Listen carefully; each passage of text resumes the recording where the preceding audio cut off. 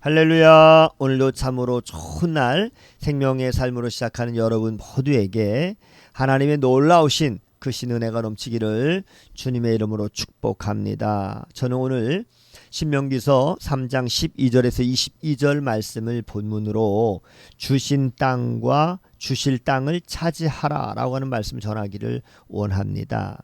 하나님 나라를 설명할 때 이렇게 설명합니다. 이미 그러나 아직 이라고 하는 말을 씁니다.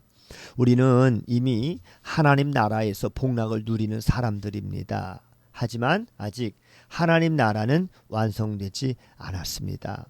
이스라엘이 요단강을 건너기 전에 차지한 땅에 정착하고 이후에 요단강을 건너서 약속의 땅을 차지할 준비를 하는 모습은 하나님이 이미 주신 은혜를 누리며 또 이후에 주실 복락을 바라는 모습과 유사합니다. 이스라엘은 요단강 동편 길르앗과 바산을 차지했습니다. 전쟁을 하기 전 모세는 헤스본 왕 시온에게 평화롭게 그 땅을 지나가겠다라고 제안을 했는데요. 이는 원래 요단강 동편은 이스라엘이 차지할 땅으로 생각하지 않고 있었다라고 하는 뜻입니다. 하지만 하나님은 시온과 옥이 이스라엘에게 맞서도록 섭리하셨고요. 결국 그 땅은 르우벤과 갓 그리고 므낫세 반지파의 차지가 되었습니다. 므낫세 반지파는 북부를 차지했는데요. 야일의 후손들은 바산을 또 마길의 후손들은 길르앗의 절반을 차지합니다. 그리고 르우벤 지파와 갓 지파는 길르앗과 길르앗에서부터 이 아르논 골짜기 지역을 포함한 요단강 동쪽의 남부 지역을 차지했습니다. 사실 가나안 정복 전쟁은 아직 정식적으로 시작되지 않았는데 이는 이들이 이 땅을 하나님께 첫 열매로 드리지 않았음을 보면 알 수가 있습니다. 하나님께 드려진 첫 열매는 요단강을 건넌 후에 처음으로 정복한 성읍이었던 여리고였습니다. 그럼에도 하나님은 미리 전쟁의 승리를 맛보게 하시고 그 땅을 차지하고 정착하는 기쁨을 누리게 하셨습니다.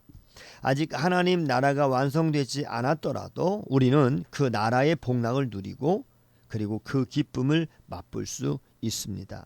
우리에게는 영원한 하나님 나라가 주어졌으며 이미 그 나라의 복락을 누릴 수가 있는 것이지요.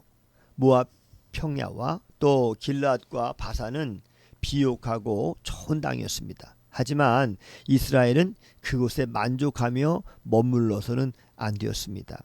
이스라엘은 하나님 앞에서 패역하여 가증한 죄악을 저지르고 있었던 가나안의 7 족속들을 심판하는 하나님의 도구가 되어야만 했습니다. 그래서 모세는 요단강 동편의 땅을 차지한 이 르우벤 그리고 갓 또한 므낫세 반지파가 선봉이 되어서 처자와 가축은 두고 요단강을 건너라고 명령을 합니다. 18절에서 19절에 있는 말씀이 있죠.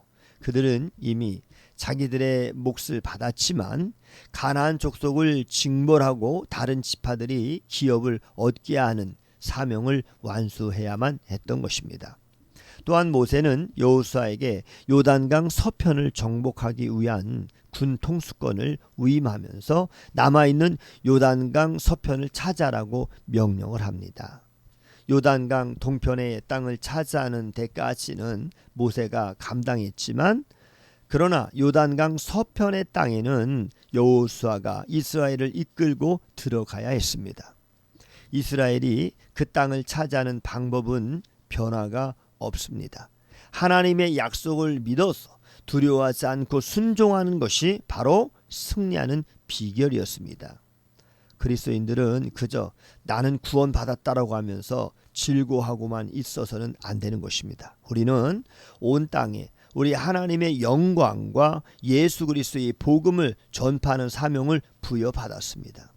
우리가 이 사명을 감당해 나갈 때 주님은 그 은혜를 변함없이 우리에게 내려주실 것입니다.